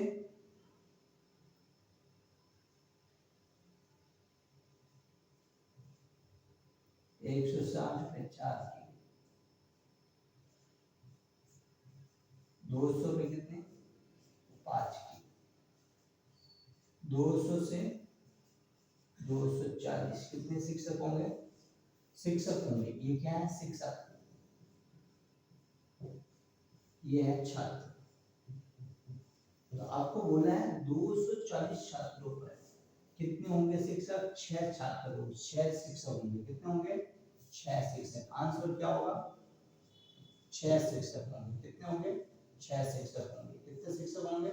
6 शिक्षक होंगे। आई बात समझ में? ये ध्यान से एक बात देख लो कि तो आपको ये पूछा गया है कि 240 छात्रों पर कितने शिक्षक होंगे। 240 240 छात्रों को कितने शिक्षक होंगे? तो 200 से अधिक छात्र होने पर धारा 25 कहती है कि अनुपात 40:1 हो जाता है। कितना हो जाता है? 40:1 हो जाता है। और एक एचएम का पद 150 से ज्यादा छात्र होने पर एचएम का पद सृजित होता है, 150 से ज्यादा छात्र होने पर। तो ये बात जब आपके पास आती है तो छात्र शिक्षक अनुपात धारा 25 के तहत हमें 40:1 है, 200 से अधिक छात्र होने पर 200 से अधिक छात्र होने में ये बात होती है। तो हमने कहा 40 पे 1 है तो 41 से 80 पे कितना होगा? 2 होंगे, फिर 120 पे 3 होंगे, 160 पे 4 होंगे, 200 पे 5 होंगे, तो 240 पे कितने होंगे? 6 होंगे। 200 और 200 से अधिक छात्र होने पर कितना होता है शिक्षक? 6 होते हैं। और आपको एग्जाम में पूछा गया था 200 छात्र होने पर कितना होगा? तो 200 छात्र होने पर 5 शिक्षक होंगे, और 200 से अधिक छात्र होने पर कितने होंगे? 240 होने पर 6 होंगे, और 250 होने पर कितने होंगे? तो 250 होने पर 7 हो जाएंगे। 250 होने पर कितने हो जाएंगे? 7 हो जाएंगे, क्योंकि 241 से आपके 280 तक कितने शिक्षक रहेंगे? 7 हो जाएंगे। तो ये चलता है। अब आपसे अगर किसी ने पूछ लिया 300 होंगे तो क्या होगा? ऐसा आगे चलते जाओ, 300 का भी आंसर आ जाएगा। आई बात समझ में? तो ये सवाल आपके लिए इम्पोर्टेंट था, बहुत ज्यादा इम्पोर्टेंट है। इम्पोर्टेंट था नहीं, बहुत ज्यादा इम्पोर्टेंट है। ये वाला क्वेश्चन आपके लिए बहुत ज्यादा इम्पोर्टेंट है, बहुत ज्यादा इम्पोर्टेंट है भाई।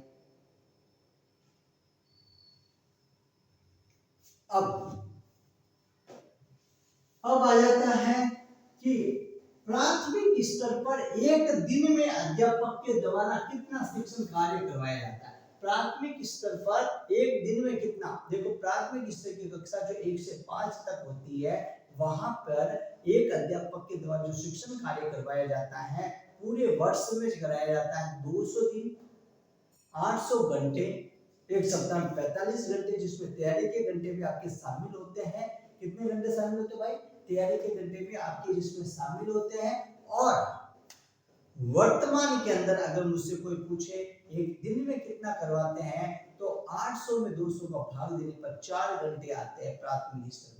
उच्च प्राथमिक स्तर पर 6 से 8 तक के विद्यालय के अंदर अगर कोई भी मुझसे पूछेगा तो मैं इतना सा दूंगा, 220 दिन तो पूरे वर्ष में काम होता है, 1000 घंटों का शिक्षण कार्य होता है, पूरे सप्ताह में 45 घंटे जिसमें तैयारी के घंटे शामिल होते हैं, और एक दिन के अंदर 4.5 घंटे का शिक्षण कार्य करवाया जाता है। कितने घंटे का करवाया जाता है भाई? 4.5 घंटे का शिक्षण कार्य एक दिन के अंदर करवाया जाता है। अब किसी ने एक सवाल पूछा है, शारीरिक दंड देना प्रताड़ित करना मना है। आरटीआई एक्ट 2009 की कौन सी धारा में शारीरिक दंड देना मना है? मैंने कहा 17 कहती है नो पीटना। क्या कहती है? नो पीटना, मतलब बालक बालिका को पीटा नहीं जाएगा, शारीरिक दंड देना। इस धारा को क्या कहते हैं? बालक के लिए स्वर्ग की धारा कहते हैं। कौन सी धारा कहते हैं? स्वर्ग की धारा किसे कहा जाता है? तो स्वर्ग की धारा धारा 17 को कहा जाता है। कौन सी धारा को कहा जाता है? धारा 17 को कहा जाता है। सवाल भी यही है। सवाल क्या है? सवाल भी यही है कि बालक बालिका को नहीं पीटना। आरटीआई एक्ट 2009 की किस धारा में ये बताया गया कि बालक बालिका को शारीरिक रूप से प्रताड़ित नहीं किया जाएगा? आरटीआई एक्ट 2009 की किस धारा में बताया गया है कि बालक बालिका को पीटा नहीं जाएगा? तो धारा 17 में बताया गया है कि पीटा नहीं जाएगा। आरटीआई एक्ट का ऑफिशियल नाम क्या है? निःशुल्क और अनिवार्य बाल शिक्षा अधिकार अधिनियम 2009। The right of children to free and compulsory education act 2000। The right of children The right of children to free and compulsory education act 2009, to free and compulsory education act 2009, RTE Act 2009 का क्या है? पूरा नाम है वह निःशुल्क व अनिवार्य बाल शिक्षा अधिकार अधिनियम 2009। क्या है? निःशुल्क व अनिवार्य बाल शिक्षा का अधिकार अधिनियम 2009। RTE Act 2009 के अनुसार कितने वर्ष के अंदर प्रत्येक बसावट के पास सरकारी स्कूल होगा? प्रत्येक बसावट के पास। देखो ये क्या सवाल है? आरटीआई एक्ट 2009 के अनुसार कितने वर्ष के अंदर प्रत्येक बसावट के पास सरकारी स्कूल होगा? मतलब 2009 के अंदर। आरटीआई एक्ट 2009 कौन सा है? आरटीआई एक्ट 2009 के तहत ये प्रत्येक बसावट के पास धारा 6 के अनुसार, एक्ट 2009 की धारा 6 के अनुसार कक्षा 1 से 5 तक का विद्यालय 1 किलोमीटर के दायरे में और कक्षा 6 से 8 तक का विद्यालय 3 किलोमीटर के दायरे में होगा। राजस्थान में ये दूरी कितनी है? 2 किलोमीटर है। और आपको सिर्फ ये पूछ रहा है कि कक्षा 6 से 8 तक का विद्यालय कहाँ पे होगा? 3 किलोमीटर के दायरे में। और 1 से 5 तक का विद्यालय पूछे प्राथमिक स्तर का तो 1 किलोमीटर के दायरे में होगा। कितने किलोमीटर के दायरे में होगा? 1 किलोमीटर के दायरे में इस विद्यालय होगा। एक 9 साल का बच्चा जो कभी भी स्कूल नहीं गया, आरटी एक्ट 2009 के अनुसार प्रवेश लेने को कौन सी क्लास में बैठेगा? एक 9 साल का बच्चा, एक 9 साल का बच्चा, 9 साल का बच्चा कभी भी स्कूल नहीं गया, कभी भी स्कूल नहीं गया, समझा रहा हूं, ध्यान से सुन लो, कभी भी प्रैक्टिकल है, स्कूल नहीं गया, कौन सी क्लास में बैठेगा? मैंने कहा डायरेक्ट 5 घटा तो चौथी क्लास में। कौन सी क्लास में बैठेगा? कौन सी क्लास में बैठेगा?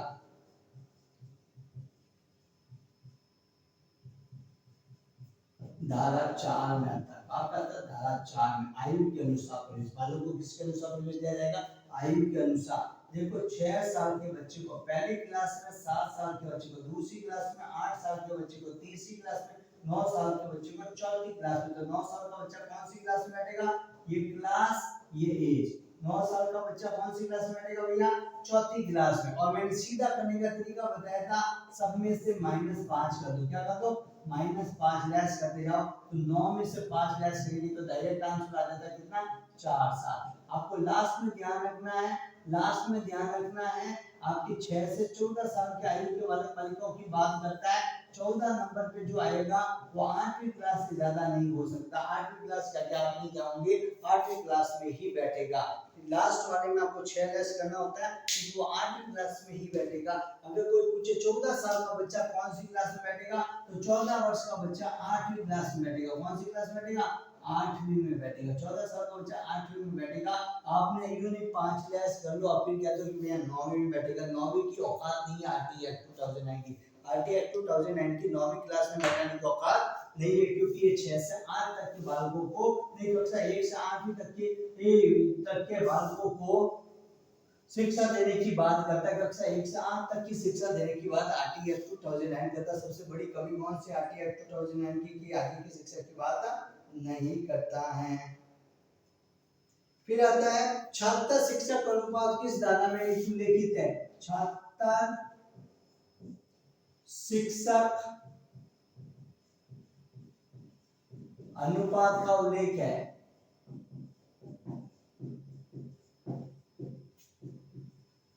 आपको साइड में लिखा हुआ मिल जाएगा धारा 25 में। कौन सी धारा में? धारा 25 में। कौन सी धारा में उल्लेख है? छात्र शिक्षक अनुपात का। छात्र शिक्षक अनुपात का धारा 25 में उल्लेख है। कौन सी धारा में उल्लेख है? 25 में उल्लेख है। प्राइवेट ट्यूशन नहीं पढ़ाना। अरे प्राइवेट ट्यूशन नहीं पढ़ाना, ट्यूशन नहीं पढ़ाना। कौन सी धारा में उल्लेख है? नहीं पढ़ाना। मैं बताता हूँ, अध्याय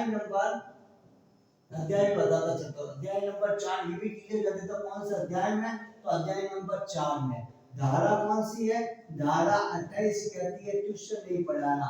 और इसी की एक धारा आती है 26 और एक आती है 27। धारा 26 आती है, धारा 27 आती है और धारा 28 आती है। तो इसमें अध्याय नंबर 4 में कुल कितनी धारा है? 12 से लगाकर 28 धारा है। सबसे बड़ा अध्याय है। क्या है? सबसे बड़ा अध्याय है। सबसे बड़ा अध्याय है अध्याय नंबर 4। धारा 28 कहती है भैया कि ट्यूशन नहीं पढ़ाएगा। धारा 28 कहती है कि ट्यूशन नहीं पढ़ाएगा। धारा 26 कहती है विद्यालय में 10% से ज्यादा पद क्या नहीं होंगे? खाली नहीं होंगे। और धारा 27 क्या कहती है? धारा 27 कहती है एक अध्यापक को 3 काम के अतिरिक्त किसी अन्य काम में नहीं लगाया जा सकता। शिक्षक के अतिरिक्त 3 कामों में लगाया जा सकता है। एक कौन सा काम है? एक जनगणना का काम है। दूसरा कौन सा काम है? चुनाव में ड्यूटी है। वहां पे ड्यूटी है, चुनाव में ड्यूटी है। और तीसरा कौन सा काम है? आपदा प्रबंधन है। कौन सा? आपदा प्रबंधन है। ये धारा 27 कहती है। कौन सी कहती है? धारा 27 कहती है। कौन सी कहती है भैया?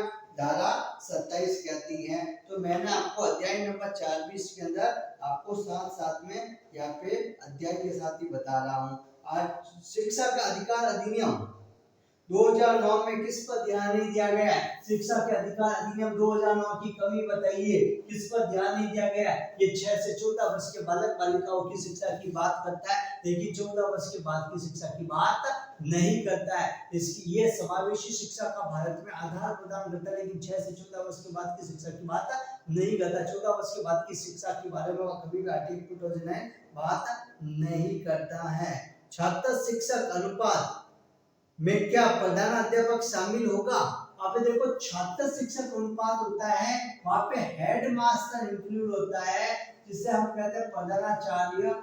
एचएम का पद सर्जन होगा, प्रधानाध्यापक का जो पद सर्जन होगा एचएम का पद होगा, लेकिन ये कैसा पद होता है? अतिरिक्त पद होता है। कैसा होता है? शिक्षक के अंदर शामिल नहीं होता, ये अतिरिक्त पद होता है। क्या होता है? अतिरिक्त पद होता है। इसलिए हम कहते हैं कि 200 छात्रों का 5 प्लस 1 एक एचएम का पद अतिरिक्त होगा, 5 शिक्षक होंगे। तो प्रधानाध्यापक का पद क्या छात्र शिक्षक अनुपात के पद में शामिल होगा? शामिल नहीं होगा। क्या नहीं होगा? मैंने कहा 200 से अधिक छात्र, 200 छात्र होने पर, 200 छात्र होने पर शिक्षक होंगे, होने पर शिक्षक होंगे, तो होने पर शिक्षक होंगे, तो होने पर शिक्षक तो होंगे 5, एक होगा एचएम। टोटल होते हैं 6 लोग तो होते हैं कितने? 6, जिसमें से एक होता है एचएम और 5 होते हैं क्या? शिक्षक। तो हम पूछते हैं कि क्या शिक्षक का में एचएम शामिल होगा?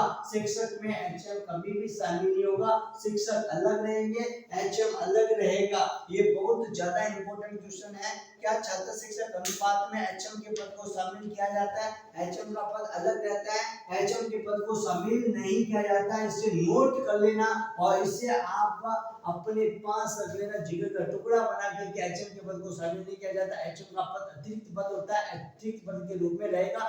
धारा 25 में ये प्रावधान किया गया है। कौन सी धारा में प्रावधान किया गया? धारा 25 में किया गया है। अध्याय नंबर 4 में प्रावधान किया गया है। कौन से में? अध्याय नंबर 4 में ये प्रावधान किया गया है। आगे आगे देखते हैं, आगे वाला कौन सा सवाल है आपके पास? आरटीई एक्ट 2009 के अनुसार विशेष आवश्यकता वाले बच्चों को शिक्षा की व्यवस्था के अंतर्गत पढ़ाना चाहिए। विशेष आवश्यकता आरटीई एक्ट 2009 में समावेशी शिक्षा का आधार है और विशेष आवश्यकता वाले बच्चों को समावेशी शिक्षा के तहत यहाँ पे पढ़ाया जाना चाहिए सामान्य बालकों के साथ।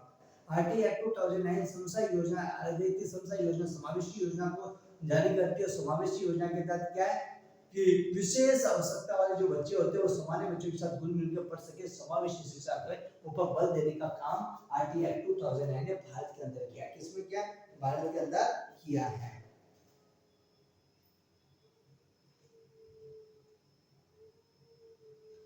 एक प्राथमिक विद्यालय कक्षा 1 से 5 तक के कुल 62 विद्यार्थी हैं। अब यहाँ पे एक सवाल है, एक प्राथमिक विद्यालय में जो कक्षा 1 से 5 तक में कुल 62 विद्यार्थी हैं, आरटीई अधिनियम 2009 के अनुसार यहाँ पे कुल कितने शिक्षक उपलब्ध कराने होंगे? देखो, 1 से 5 तक के विद्यालय में, एक प्राथमिक विद्यालय कक्षा 1 से 5 तक, 1 से 5 तक विद्यालय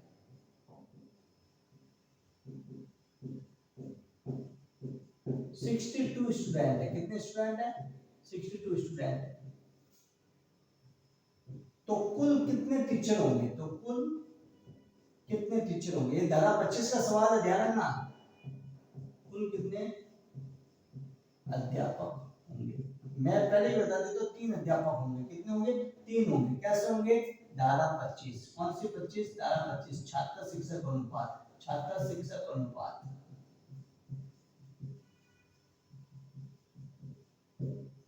धारा 25 अध्याय नंबर 4।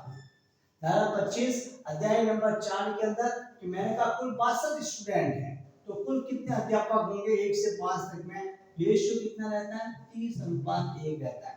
30 छात्रों पर, छात्र कितने हैं और यहाँ पे शिक्षक, 30 छात्रों पर 1 है, 31 से 60 छात्रों पर 2 है, 61 से 62 2 छात्रों पर कितने होंगे? 3। तो अध्यापकों की संख्या कितनी है? 62 के ऊपर 3 आएगी। कितनी आएगी? आंसर में आपके 3 आएगी। गलती से भी 2 मत कर देना, कई लोग 2 करने की फिराक में बैठे हैं। मैं बता देता हूँ 3 आएगी। कितनी आएगी भाई?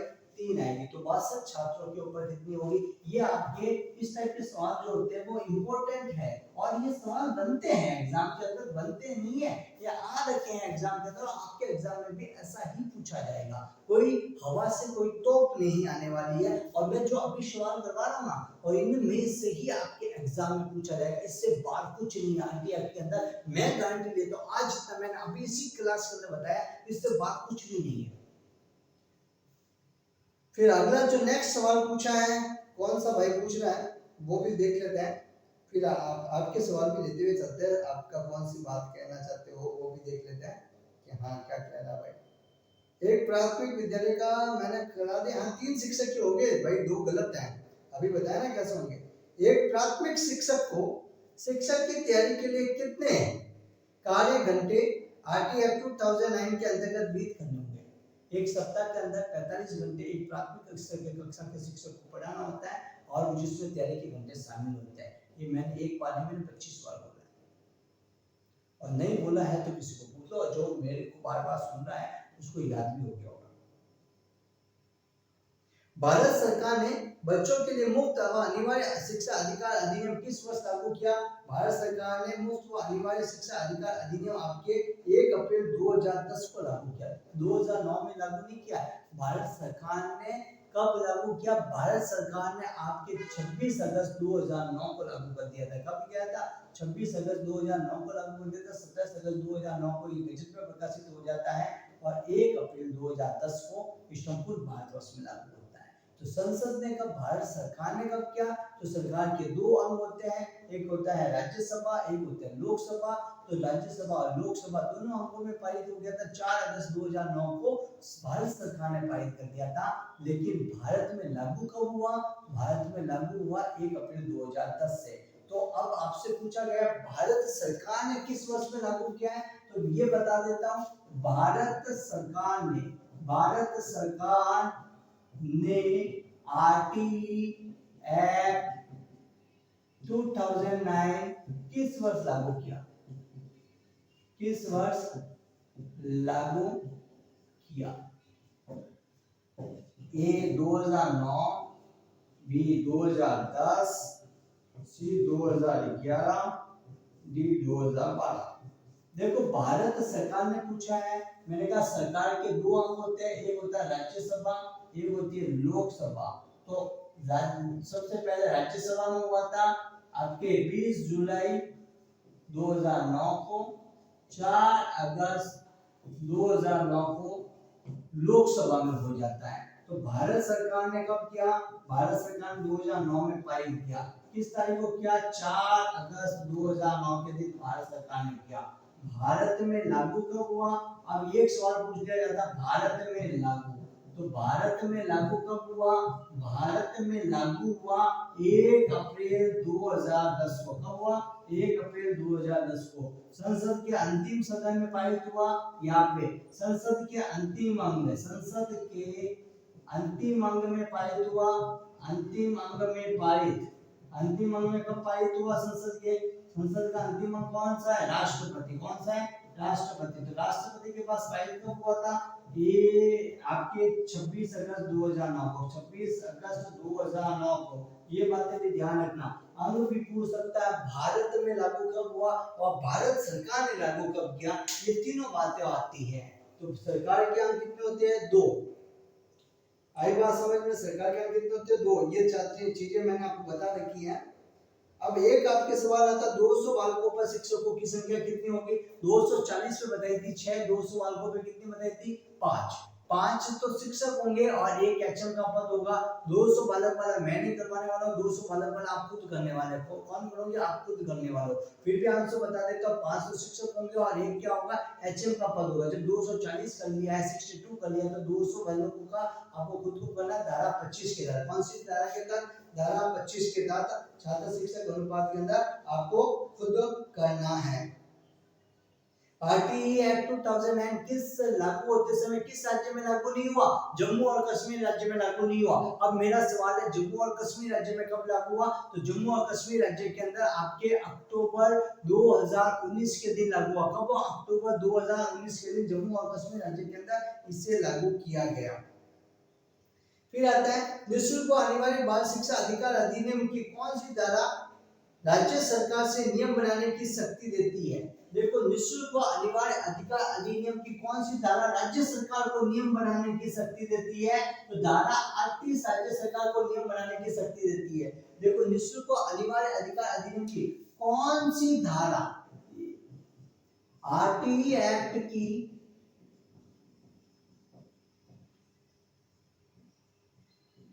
कौन सी धारा राज्य सरकार को नियम बनाने का अधिकार देती है?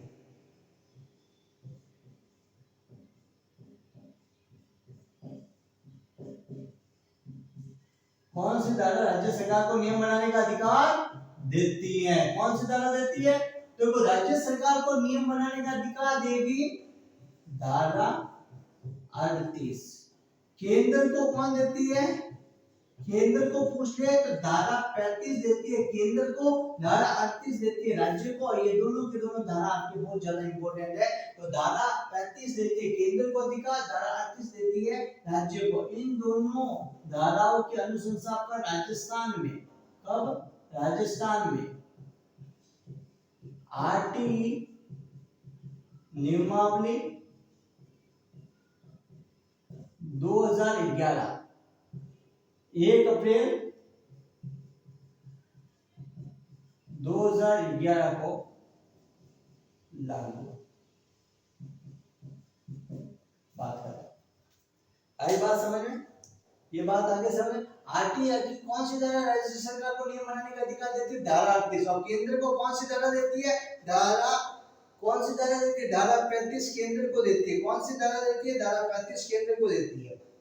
कक्षा 1 से 5 तक के बालक बालिकाओं के संबंध में विद्यालय के आसपास से कितने किलोमीटर की दूरी पर के बेटे स्थापित किया जाएगा? बालक के आसपास के एरिया के कितने किलोमीटर के अंदर 1 से 5 तक का विद्यालय स्थापित किया जाएगा? धारा 6 कहती है 1 किलोमीटर के दायरे में 1 से 5 तक का, और 6 से 8 तक का 3 किलोमीटर के दायरे में स्थापित किया जाएगा। ये मैंने आपको धारा बता दी है, कितनी बार बता दिया है? धारा 6 2-3 बार बता दी है। और धारा 6 कौन से अध्याय में आती है? अध्याय नंबर 3 में आती है। अध्याय नंबर 3 में धारा 6 आती है। अध्याय नंबर 2 आपकी धारा 5 पे खत्म हो जाता है भैया। आरटीई एक्ट 2009 के तहत अध्यापकों को प्रशिक्षण देने के लिए मानकों का विकास व लागू करने का अधिकार किसे होगा? आरटीई एक्ट 2009 के अंतर्गत अध्यापकों को प्रशिक्षण देने तथा मानकों में आवश्यक परिवर्तन करने का अधिकार किसका होगा? मैंने कहा था धारा 20 मानकों में परिवर्तन करने का अधिकार केंद्र सरकार को होगा। केंद्र सरकार को होगा, केंद्र सरकार को होगा, किसी और सरकार को नहीं होने वाला है। तो अध्यापकों को प्रशिक्षण और मानकों में परिवर्तन करने का अधिकार केंद्र सरकार को होगा।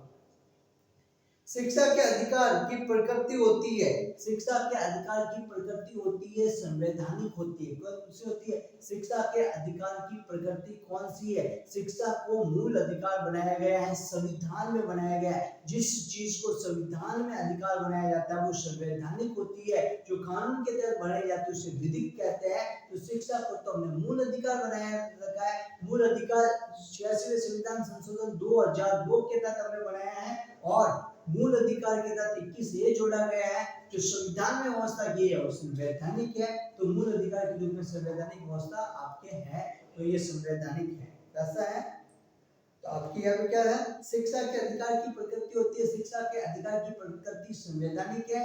पहले से ही शिक्षा के अधिकार के बारे में आपके संविधान के अंदर उल्लेख है। 86वें संविधान संशोधन 2002 में भी उल्लेख है। अगर उससे पहले बात की जाए तो संविधान के अनुच्छेद 45 के भाग 4 नीति निर्देशक तत्व के अंदर भी इस बात का उल्लेख है कि शिक्षा की व्यवस्था राज्य सरकार के द्वारा की जाएगी। आरटीई के तहत किस कक्षा में बालक को रुकया या निष्कासित नहीं किया जा सकता? किस कक्षा तक के बालक को रोका नहीं जा सकता? आरटीई एक्ट 2009 के तहत किस कक्षा के बालकों को फेल नहीं किया जा सकता है? कक्षा 8 तक के बालकों को फेल नहीं किया जा सकता है। धारा 16 ये ये कहती है, कौन सी कहती है? धारा 16 कहती है कि कक्षा 6 से 8 तक के बालकों को नहीं, कक्षा 1 से लेकर 8 तक के बालकों को फेल नहीं किया जा सकता। लेकिन जनवरी 2019 देखो धारा 16 नो फेल, बालकों को फेल नहीं, कौन सी क्लास से? कक्षा 1 से 8 तक। तो 8वीं कक्षा तक के बालकों को शिक्षा ग्रहण करने से नहीं रोका जा सकता। लेकिन जनवरी 2019 में केंद्र सरकार ने अधिसूचना जारी करके नियम किया है। केंद्र सरकार ने, कौन सी सरकार है? केंद्र सरकार ने अधिसूचना जारी कर नियम किया। क्या क्या है? अधिसूचना जारी कर, अधिसूचना जारी का नियम क्या है? अधिसूचना जारी का नियम क्या है? कर नियम क्या है?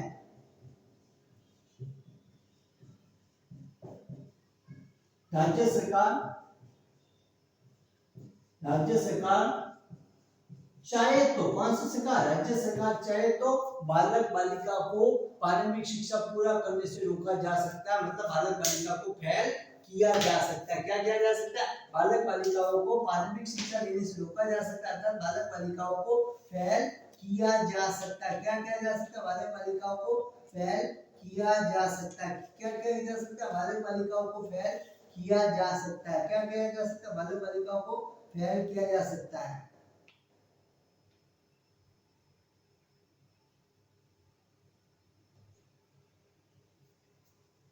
अब एक सवाल है, आरटीई एक्ट 2009, आरटीई एक्ट 2009 के फटाफट बताना कितना के आरटीई एक्ट 2009 आपके निःशुल्क अनिवार्य बाल शिक्षा अधिकार अधिनियम 2009 के तहत राज्य की घोषित प्राधिकारी संस्था, राज्य की घोषित प्राधिकारी संस्था है।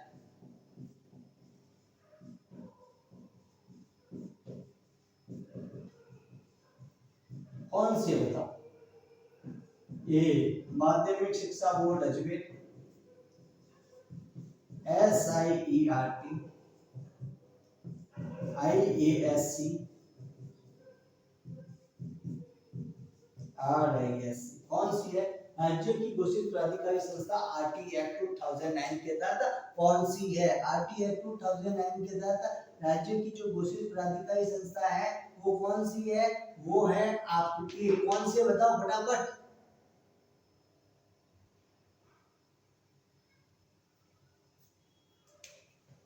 SIERT। आई बात समझ? आरटीई एक्ट 2009 को अधिनियमित किया गया। अब अगला सवाल देखो, आरटीई एक्ट 2009 को अधिनियमित किया गया, को अधिनियमित किया गया, अधिनियमित किया गया, अधिनियमित किया गया। आरटीई एक्ट 2009 को बनाया गया, इसका मतलब ये होता है आरटीई एक्ट 2009 को बनाया गया। किसको बनाया गया? आरटीई एक्ट 2009 को बनाया गया। किसके तहत बनाया गया? कौन बनाता है? लोकसभा द्वारा, राज्यसभा द्वारा, सब चीजें आपको आती है। इसलिए मैंने आपको लोकसभा राज्यसभा बहुत अच्छे से करवाया था। जब मैंने करवाया था, आप क्लास के अंदर देखना, जब आप क्लास देखोगे तो आपको पता चलेगा एक एक चीज को मैंने खोल के रखा था। भारत की संसद के द्वारा ये सवाल मैंने वहां पे करवाया था, भारत की संसद द्वारा और राष्ट्रपति द्वारा। देखो भारत की संसद के 3 अंग होते हैं। संसद होते हैं, संसद के कितने अंग है? 3 अंग है। कितने अंग है? 3 अंग है। 3 अंग कौन कौन से हैं? एक है लोकसभा, एक है राज्यसभा, एक है राष्ट्रपति।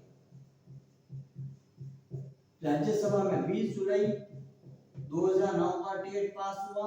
लोकसभा में कब हुआ? 4 अगस्त 2009 को हुआ। और राष्ट्रपति के पास हुआ 26 अगस्त 2009। तो संसद के 3 अंगों से होकर गुजरता है। जो संसद के 3 अंगों से होकर गुजरता है वो होता है भारत की संसद द्वारा पास होता है। वो संसद के 3 अंगों से होकर जो गुजरा है वो अधिनियम किसके द्वारा अधिनियमित होगा? वो अधिनियम अधिनियमित होगा, अधिनियमित किया गया है। किसके द्वारा किया गया? भारत की संसद द्वारा किया गया। ना तो लोकसभा ने किया, ना तो राज्यसभा ने किया, ना राष्ट्रपति ने किया है, इन तीनों ने मिलकर इसे अधिनियमित किया है। इसे कानून का रूप इन तीनों ने मिलकर दिया है। तो ये किसका पार्ट होगा? ये इन तीनों का पार्ट होगा।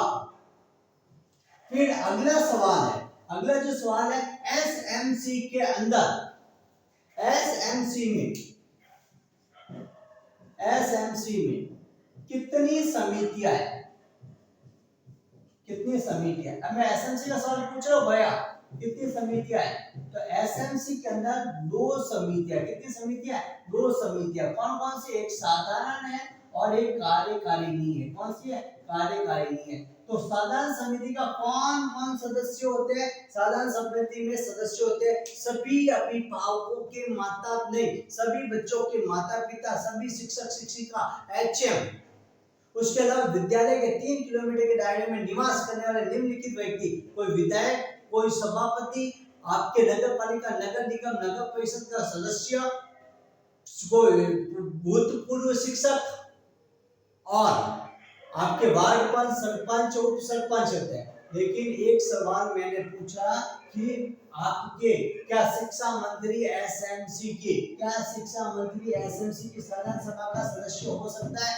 नहीं हो सकता। शिक्षा मंत्री का नाम भी नहीं लिखा तो शिक्षा मंत्री सदस्य हो सकता है क्या? बिल्कुल नहीं हो सकता है, बिल्कुल नहीं हो सकता है। अब एसएमसी के अंदर अभिभावकों की संख्या होती है, किसमें? अभिभावकों की संख्या, एसएमसी में अभिभावकों की संख्या कौन सी समिति में? कार्यकारिणी समिति में संख्या कितनी होगी?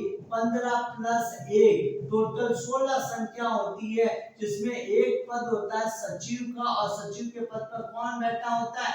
पदेन पद है। तो इस पदेन पद पे कौन बैठा होता है? एचएम बैठा होता है। तो 15 सदस्य होते हैं। इस 15 में से आपके 75% अभिभावक होंगे।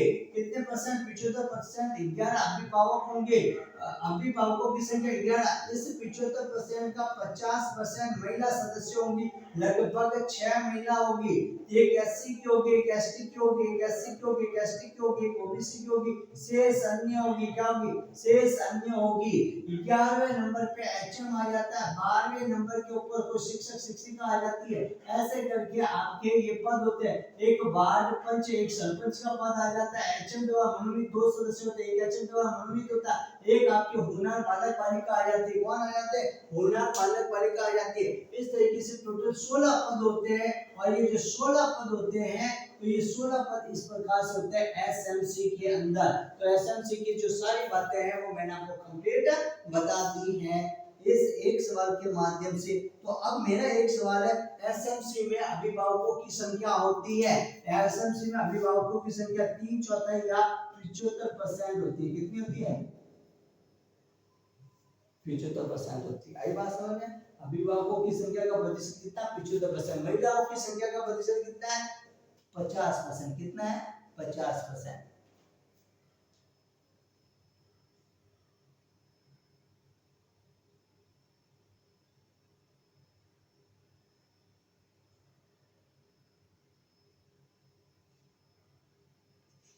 बात खत्म। अब आप क्या करो,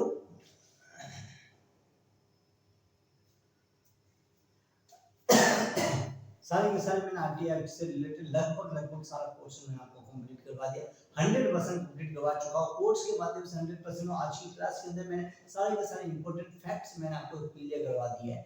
अब आपका काम है कि आप इसके जो क्वेश्चंस में आपको अपने जो टेलीग्राम लिंक है, जो फेसबुक पेज है, और जो आपके हमारे पार्टी क्लासेस के इंस्टा पेज है, उसके माध्यम से जो मैं प्रश्न दूंगा उन सारे प्रश्नों का सॉल्व करना है, उन सारे प्रश्नों को एक बार पढ़ना है, और फिर आप पार्टी एक्ट का दुनिया का कोई सवाल आपको नहीं डराने वाला है। इस क्लास को बार-बार जितनी बार देखेंगे उतना ही अच्छा आपका आरटी एक्ट 2009 होगा। और आज जितने सवाल किए मेरे हिसाब से, इतने सवाल करने के बाद में, एक-एक धारा, एक-एक सेक्शन, एक-एक चीज करने के बाद में इस एक क्लास में सारा कंप्लीट हो जाता है। और एग्जाम से 10 मिनट, एग्जाम से अगर आपने एक दिन पहले अगर आपने देख लिया तो जिंदगी भर के लिए आप उस एग्जाम के अंदर अच्छे नंबर लेके आओगे, और उस एग्जाम आपका आरटी एक्ट के अंदर अच्छा हो जाएगा। आपसे इतना रिक्वेस्ट है कि आप लाइक कीजिए, शेयर कीजिए, सब्सक्राइब कीजिए, और अपना प्यार हमारे लिए बनाए रखें, ताकि हम भी आपके लिए अपना प्यार बनाए रखें।